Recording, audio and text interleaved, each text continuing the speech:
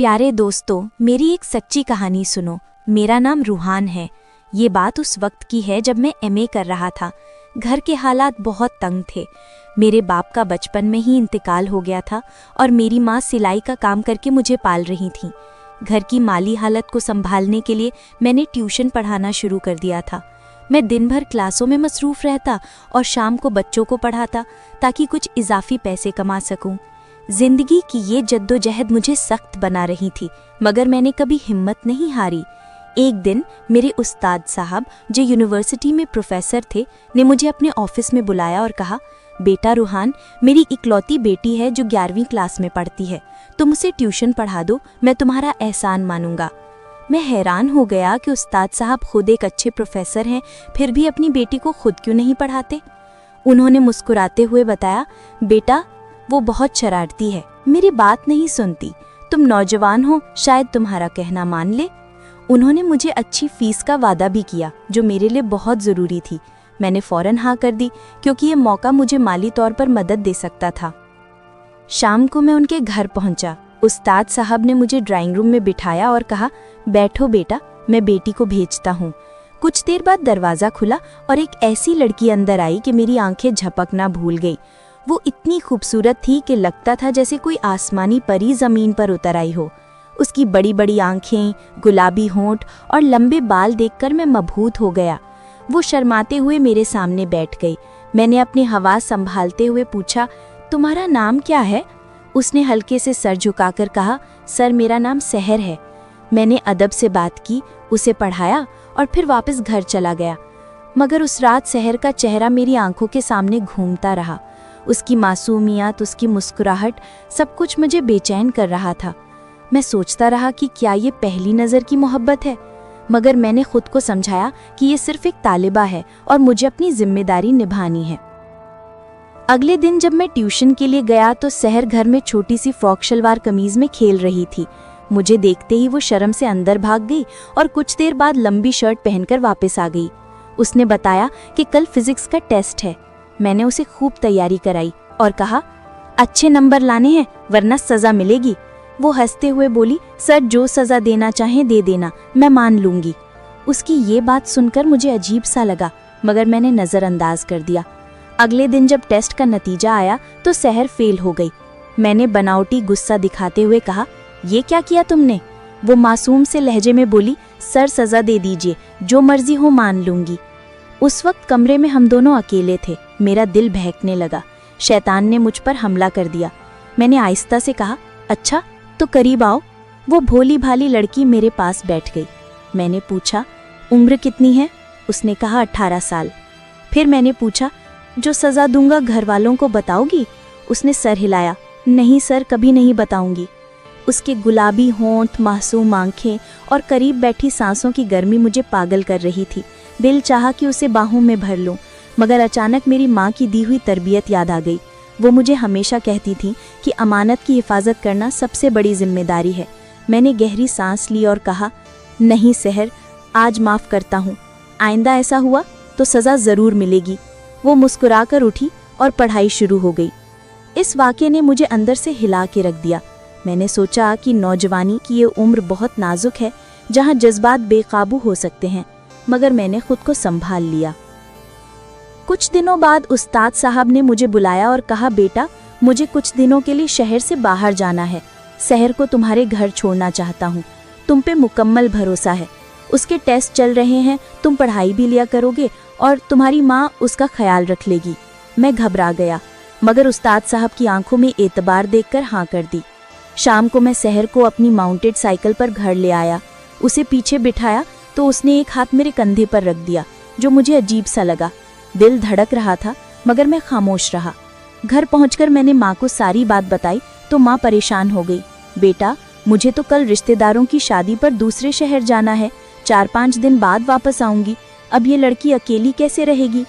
मैंने माँ को यकीन दिलाया, माँ मुझ पर एतबार है कि मैं आपकी इज्जत पर दाग नहीं लगने दूंगा। मोहल्ले वालों की परवाह नहीं करनी। माँ मजबूरन अगले दिन चली गई। अब घर में सिर्फ मैं था और सहर थी। रात को पढ़ाते पढ़ाते सहर ने पूछा, सर आंटी कहाँ गईं? मैंने झूठ बोला, रात तक आ जाएंगी। उसने यकीन कर लिया। पढ़ाई खत्म हुई तो मैंने कहा, तुम सो जाओ, कल छुट्टी है, सारे दिन पढ़ाएंगे। वो अपने कमरे में चली गई, मगर मुझे अंदर से बहुत पछतावा हो रहा था कि माँ के जाने की बात क्यों छुपाई। सहर को बताना चाहिए था, तब शायद ये सब ना होता, मगर अब कुछ नहीं हो सकता था। मैं नहीं चाहता था कि उसे पता चले कि हम दोनों अकेले हैं, कहीं उसके दिल में मेरे लिए बदगुमानी ना पैदा हो जाए। आधी रात को अचानक दरवाजे पर दस्तक हुई। मैंने दरवाज़ा खोला तो सहर खड़ी थी, आंखें खौफ से भरी हुई थीं। बोली, सर बाहर तेज हवा चल रही है, बिजली कड़क रही है, मुझे बहुत डर लग रहा है, क्या मैं आपके कमरे में सो जाऊं? उससे पहले कि मैं कुछ बोलता वो खुद अंदर आ गई और मेरे कंबल में घुस गई। वो मेरे बिल्कुल करीब थी, इसकी सांस मेरी गर्दन पर लग रही थी, इसकी नरमी, इसकी गर्मी, इसकी खुशबू। मेरा जिस्म कांपने लगा। मैंने आहिस्ता से कहा, सहर डरो मत, जो कुछ भी करूंगा डरना नहीं। मेरा हाथ आहिस्ता आहिस्ता इसकी कमर पर फिसलने लगा। वो सख्ते में थी मगर रोक नहीं रही थी। मेरा हाथ और अंदर बढ़ा ही था कि अचानक माँ की तस्वीर दीवार पर नजर आई। मेरी आंखें भर आईं। मैंने फौरन हाथ खींच लिया, कंबल से बाहर निकला और जमीन पर बैठ गया। सहर ने हैरत से पूछा, सर क्या हुआ? मैंने लरसती आवाज में कहा, सहर तुम सो जाओ, मैं यहीं जमीन पर सो जाऊंगा। तुम मेरी अमानत हो, तुम्हारे बाप ने मुझ पर भरोसा किया है। मैं अपनी माँ की तरबियत को कभी दाग नहीं लगने दूंगा। वो खामोश रही। कुछ देर बाद इसकी सांसों की आवाज बराबर हो गई, वो सो गई। मगर मैं सारी रात जागता रहा, अपने जज्बात से लड़ता रहा। ये रात मेरे लिए इम्तिहान की रात थी, जहां मैंने खुद को साबित किया कि मैं कमजोर नहीं हूं। अगली रात भी कुछ ऐसा ही हुआ। मैं गहरी नींद में था कि अचानक दरवाजे की आवाज से होश आया। लगा जैसे कोई मेरे बिस्तर पर आया और लेट गया। दिल धड़का। हल्की सी लाइट जलाकर देखा तो वाकई सहर मेरे बिस्तर पर लेटी थी। मैंने गुस्से से कहा, सहर ये क्या हरकत है, अपने कमरे में जाओ। वो बोली, सर बुरा ना मानिएगा, मुझे अंधेरे में अकेले सोने की आदत ही नहीं। मैं कभी अकेली नहीं सोई, पापा के कमरे में ही सोती हूँ। और मुझे पता है इस घर में मेरे और आपके अलावा कोई नहीं, मगर क्या करूं, मुझे बहुत डर लग रहा है। बहुत कोशिश की मगर अकेली नहीं सो सकती। सोचा चुपके से आपके पाँव की तरफ लेट जाऊंगी। ये सुनकर मेरा दिमाग फटा जा रहा था। एक 18 साल की लड़की मेरे साथ अकेले कमरे में सोने में शर्म महसूस नहीं कर रही। मैंने समझाया, सहर तुम अब इतनी छोटी भी नहीं, तुम्हें पता है ना लड़का लड़की एक कमरे में नहीं सो सकते। वो रोने लगी, मुझे पता है सर, मगर मैं मजबूर हूँ, बराए करम मुझे अकेले ना छोड़िए। इसकी आवाज सुनकर दिल पिघल गया। मुझे कोई हल ना सूझा तो मैंने कपड़ा उठाया, बिस्तर के साथ जमीन पर बिछाया और कहा, अच्छा तुम बिस्तर पर सो जाओ, मैं नीचे सो जाता हूँ। वो बोली, नहीं सर, मुझे जमीन पर नींद नहीं आती, मुझे बिस्तर पर ही नींद आती है। मजबूरन मैंने उसे बिस्तर दे दिया और खुद जमीन पर लेट गया। वो तो चैन से सो गई, मगर मुझे नींद कहाँ आती। वो फुल टाइट सूट में थी, कंबल तक ना ओढ़ा, पूरा फैल कर सोई। बार बार मेरी निगाह उस पर जा रही थी, दिल की धड़कनें बेकाबू। मैं खुद को कोस रहा था कि यह सब क्यों होने दिया। अगली सुबह मुझे बहुत गुस्सा आया। सहर जल्दी उठी, लाइट जला दी।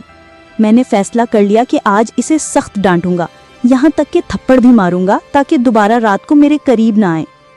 ट्यूशन के दौरान मैंने एक टॉपिक बार बार दोहराया। जब उसे याद ना हुआ तो गुस्से में इसके गाल पर हल्का सा थप्पड़ मारा। वो हैरत से गाल पकड़कर मुझे देखती रही। मैंने जानबूझकर मारा था ताकि वो डर जाए और दूर रहे। वो आंसू भरी आंखों से बोली, ठीक है सर, मैं अब आपको तंग नहीं करूंगी, मैं वापस अपने घर चली जाती हूँ। मैंने कहा, नहीं तुम नहीं जा सकती, तुम्हारे पापा ने मुझ पर भरोसा किया है। 4 दिन इसी तरह गुजरे, हर रात वही जद्दोजहद, वही कश्मकश। मुझे बहुत बुरा लग रहा था कि उसे तकलीफ दे रहा हूँ, मगर ये जरूरी था। जब सहर के वालिद वापस उसे लेने आए तो सहर ने अपने पापा को बता दिया। प्रोफेसर साहब उल्टा शर्मिंदा हुए। माफी कीजिएगा बेटा, मुझे पता था मेरी बेटी शरारती है, कोई ना कोई हरकत जरूर करेगी। अगले दिन उन्होंने कहा, अब सहर तुमसे नहीं पढ़ेगी, मैं कोई लड़की टीचर रख लूंगा। उसके बाद सहर मुझसे नहीं पढ़ी, मगर मेरा गुजारा चलता रहा। मैंने आहिस्ता आहिस्ता उसे भुला दिया, या यूं कहो कि भुला लिया, मगर दिल के किसी कोने में वो अब भी थी। जब याद आता कि उसकी आंखों में आंसू कैसे चमके थे, दिल तड़प जाता। मुझे सख्त अफसोस होता कि उसे थप्पड़ मारना पड़ा, मगर वो जरूरी था। हम दोनों नाजुक उम्र में थे, एक गलत कदम जिंदगी बर्बाद कर देता। उस दिन के बाद सहर ने कभी शरारतें नहीं की, बल्कि मेहनत से पढ़ने लगी और फर्स्ट आई। जब उस्ताद साहब वापस आए तो सहर ने सारी बात छुपा ली, मगर ये 4 दिन मेरे लिए जिंदगी की सबसे बड़ी आजमाइश थे। मैंने अल्लाह का शुक्र किया कि मैंने खुद को रोका, वरना सब बर्बाद हो जाता। 5 साल गुजर गए। मैं अब नौकरी कर रहा था, जिंदगी मामूल पर आ गई थी। एक दिन यूनिवर्सिटी के गेट पर मेरी नज़र सहर पर पड़ी। वो अब छोटी नहीं रही थी, बालिग, खूबसूरत और पुरएतमाद लड़की बन चुकी थी। कुछ लड़के इसके गिर्द मंडला रहे थे। मैंने दूर से देखा, शायद उसने भी मुझे पहचान लिया, मगर करीब ना आई। मेरा दिल तड़पने लगा। कई दिन इसी तरह गुजरे। आखिर एक दिन मैं उसके पास गया। सहर, तुमने मुझे पहचाना? इसने सर्द लहजे में कोई जवाब ना दिया। मुझे गुस्सा आ गया। इसका हाथ पकड़कर दरख्त के पास ले गया और कहा, ये क्या रवैया है? वो बोली, इस वक्त तुम मेरे उस्ताद थे, अब कुछ नहीं। मैंने सब कुछ बता दिया। सहर, उस वक्त मुझे तुम पर गुस्सा करना और हाथ उठाना पड़ा था, वरना हम दोनों बर्बाद हो जाते। मैं एक लड़का था, कब तक खुद पर काबू रखता? सच कहूं तो मुझे तुमसे मोहब्बत हो गई थी। वो खामोश रही, मगर उसकी आंखों की चमक ने सब बता दिया। वो चली गई। कुछ दिन बाद खुद आई। मुझे माफ कर दो सर, मुझे वो सब नहीं करना चाहिए था। तुमने मुझे थप्पड़ मारा तो मुझे बहुत तकलीफ हुई। मैंने पापा से कहकर तुम्हारे पास पढ़ना छोड़ दिया। मैं मुस्कुराया। अगले ही दिन माँ का सहर का रिश्ता लेकर उस्ताद साहब के पास भेजा। उन्होंने खुशी से हाँ कर दी और बस 10 दिन बाद मेरी दुल्हन सहर मेरे कमरे में शर्म से दबी बैठी थी। मैंने इसका हाथ थामा, आहिस्ता से कहा, अब तुम पूरे इख्तियार से मेरे बिस्तर पर मेरे साथ सो सकती हो। वो शर्म से सुर्ख होकर मेरे सीने से लग गई और रात ने हमें अपनी आगोश में ले लिया। प्यारे व्यूअर्स, इस कहानी का सबसे बड़ा इखलाकी सबक ये है कि नौजवानी की नाजुक उम्र में खौफ, तन्हाई, गुर्बत और जज्बात बहुत खतरनाक इम्तजाज होते हैं। एक लम्हे की कमजोरी पूरी जिंदगी तबाह कर सकती है, जबकि एक लम्हे का सब्र और अल्लाह का खौफ दोनों की इज्जतें बचा लेता है और आखिर में वही कमजोरी अल्लाह की रहमत से पाकीज़ा रिश्ते में बदल जाती है। खुलासा ये कि जज्बात पर काबू, अल्लाह का खौफ और अमानतदारी आखिरकार वही रिश्ता दिलवाती है जो हलाल, पाकीज़ा और इज्जत वाला हो। जो रास्ता हराम से गुजर कर मिले वो कभी सुकून नहीं देता।